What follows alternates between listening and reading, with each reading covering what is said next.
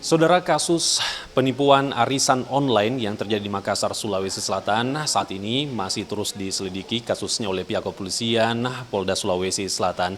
Dan hari ini ada sekitar 4 korban yang statusnya menjadi saksi dimintai keterangannya di Polda Sulawesi Selatan. Lalu bagaimana proses penyelidikan dan pemeriksaan yang dilakukan oleh pihak kepolisian sampai saat ini?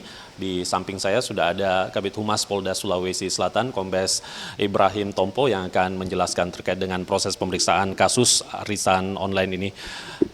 Pak Ibrahim, bisa dijelaskan sampai saat ini bagaimana proses pemeriksaan terkait dengan kasus penipuan arisan online ini? Ya, jadi sejak dilaporkan pada minggu lalu, dari awal memang berkembang, mulai dari korban itu diterima kurang lebih sekitar 32 orang, kemudian meningkat menjadi 51, dan pada hari ini sudah terpantau sebanyak 61 korban yang kita datakan. Nah, untuk saksi kita lakukan pemeriksaan, sekarang sudah 4 orang saksi, dan untuk tahap selanjutnya kita rencanakan untuk mengirimkan data handphone tersebut ke lapor untuk dilakukan pendalaman terkait dengan penggunaan IT-nya. Informasi apa yang digali terkait dengan saksi yang dilakukan pemeriksaan hari ini? Ya, pada umumnya mereka masih menyampaikan beberapa proses mengenai tertipunya mereka, kemudian kerugian-kerugian yang diambil, dan bagaimana hubungan dengan tersangka dan bagaimana dia direkrut gitu.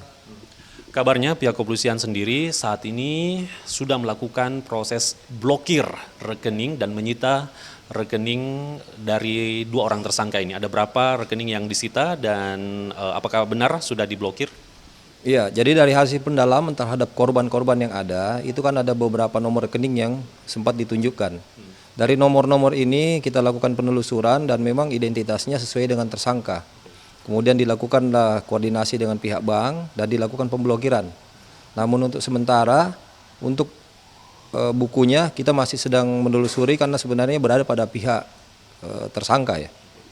Sampai sejauh ini apakah yang menjadi tersangka dalam kasus penipuan arisan online ini masih 2 orang atau ada potensi akan bertambah?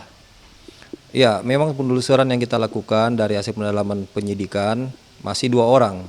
Tetapi kemungkinan besar akan ada tersangka lain karena memang ada peran yang mengajak ikut serta. Jadi minimal mungkin akan ada 5556-nya atau turut membantu terjadinya